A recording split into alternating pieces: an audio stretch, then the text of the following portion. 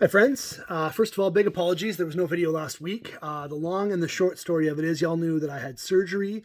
Well, completely unrelated to the surgery, I was back in the hospital last weekend. I had some issues with my diabetes, and just some medication that I was on caused some issues, and I got pretty sick and ended up in the hospital for a few days. So apologies, but here we are with another video. I also haven't been able to update the totals. You know I will, I always do.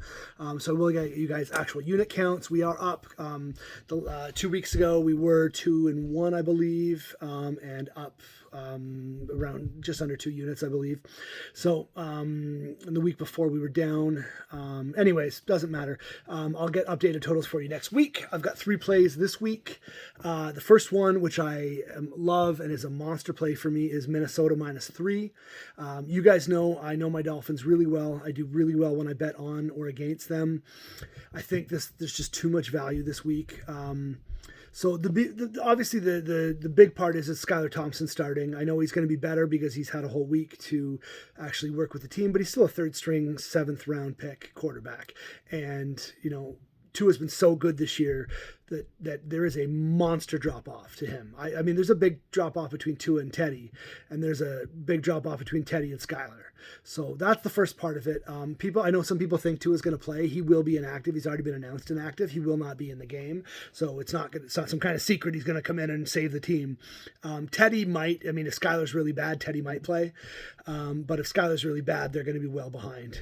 The other reason that this game isn't going to be close is it's kind of two-pronged. One, it's Kirk Cousins, and it's a game that is not an important game. It is a game that is not a featured game. Not a lot of people will be watching it, so Kirk Cousins will be good. That's when he's good. He's very good in those games.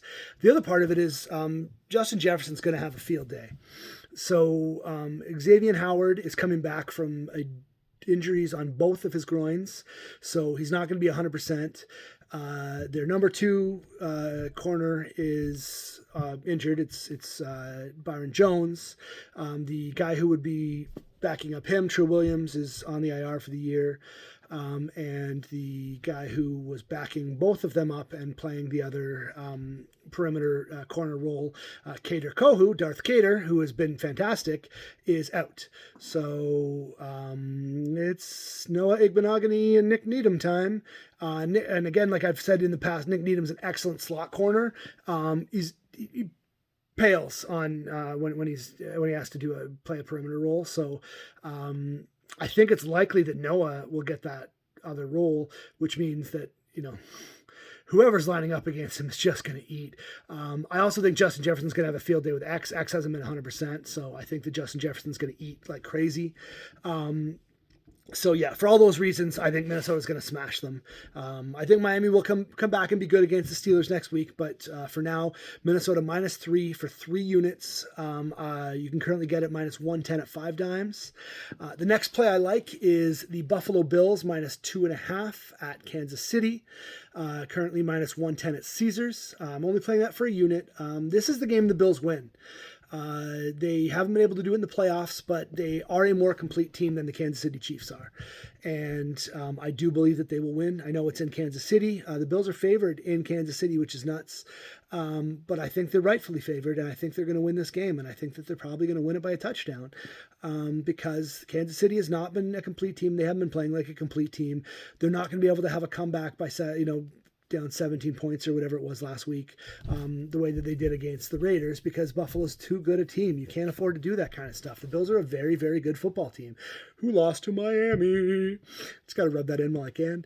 And my last play is a money line parlay. Normally I do the teasers. I didn't like the teasers enough this week, so I have a 3-game money line parlay. You've already heard about 2 of them. I like Minnesota, I like Buffalo, and I also like Green Bay to bounce back to absolutely smash the Jets.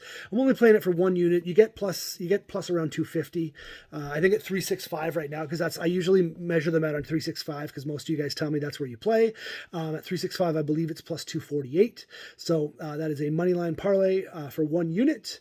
So our 3 plays are Minnesota -3 for 3 units, Buffalo -2.5 for 1 unit, and a mini Buffalo Green Bay money line parlay for 1 unit. It's a super square week for me. It's all chalk, all favorites, but I just like them.